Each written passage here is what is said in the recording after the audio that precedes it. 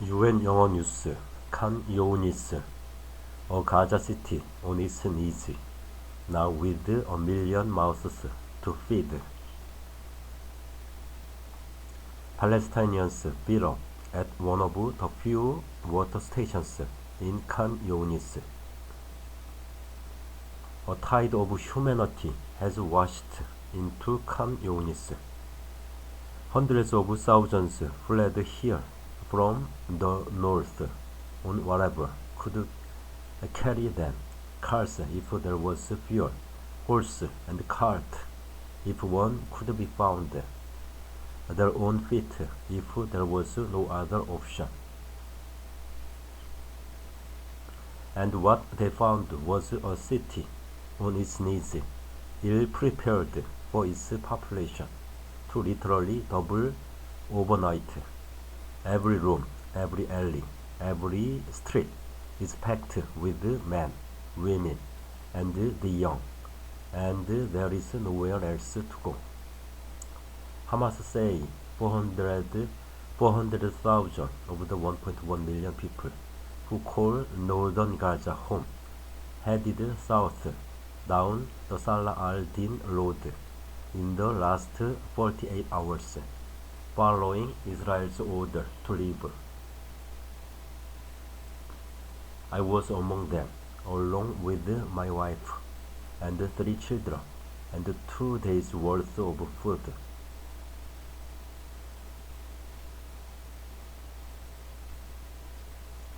For many, the threat of Israel's bombs and impending invasion, which comes after gunmen from Gaza killed 1,300 in Israel, cancels out Hamas's order to stay put.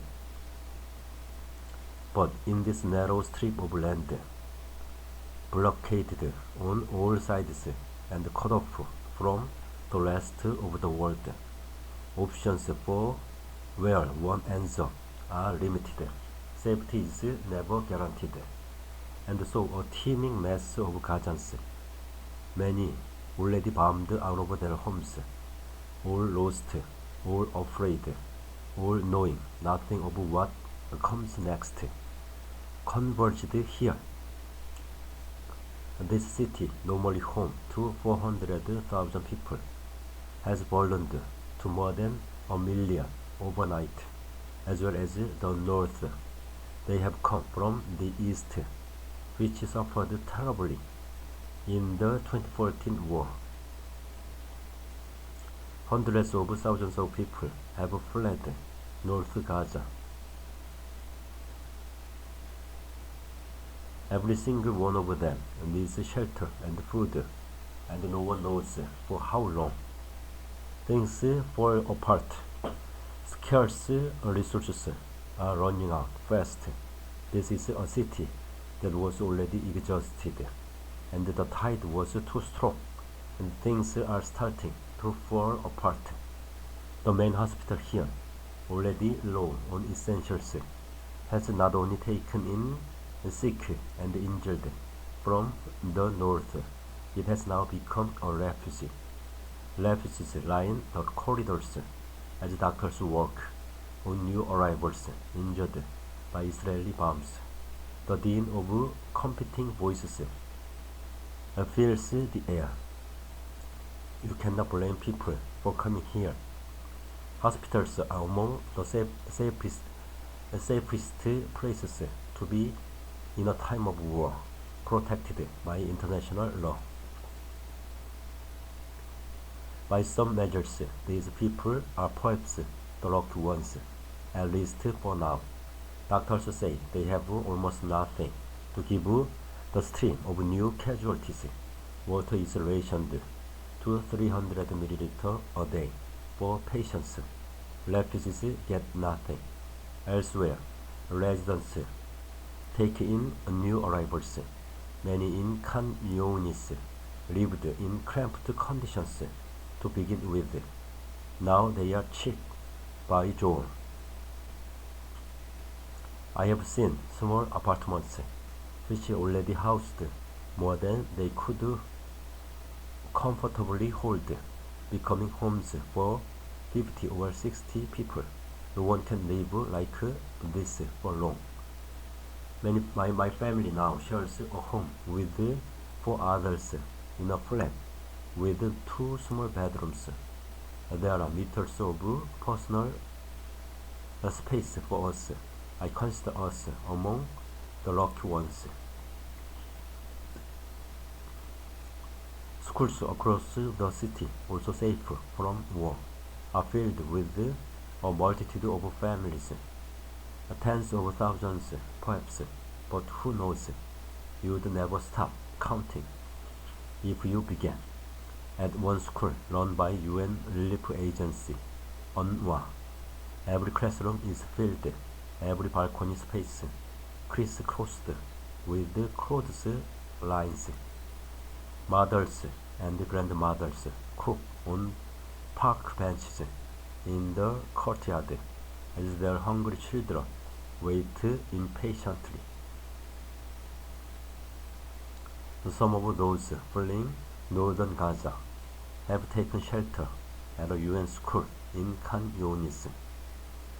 But when there is no more room, and there is no more room, humanity inevitably spills out onto the streets, fills the alleyways, and the underpasses, and lives and sleeps in the dirt, the dust, the rubble, waiting for something better that might never arrive.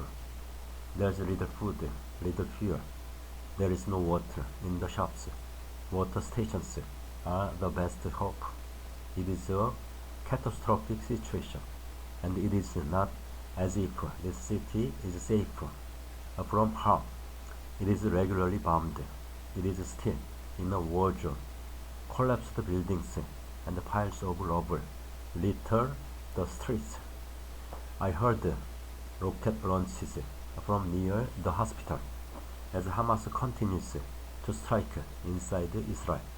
That is an open invitation for retaliation. The hum of Israeli drones looking for their next target is ever present, and bombs drop and buildings fall, and the morgues and hospitals fill with more people. A bomb fell near my family's flat this morning because all telephone services are out and severely disrupted. It took me 20 minutes to contact my son.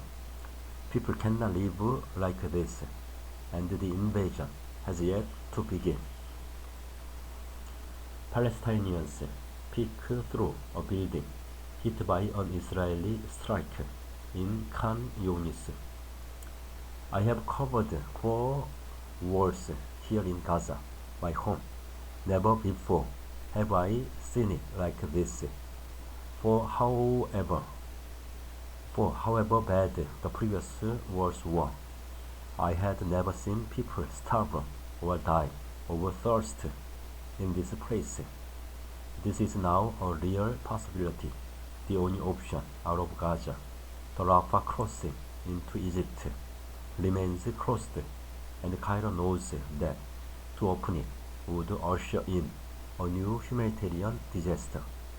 There are now 1 million Gazan refugees waiting 20 kilometers from Rafah. Once the crossing is open, there will be chaos. I saw the same thing in 2014 when thousands tried to escape the war. This time it would be much worse. This is what Egypt fears. The flood of humanity will simply wash over the border, and it will be catastrophic and chaos again.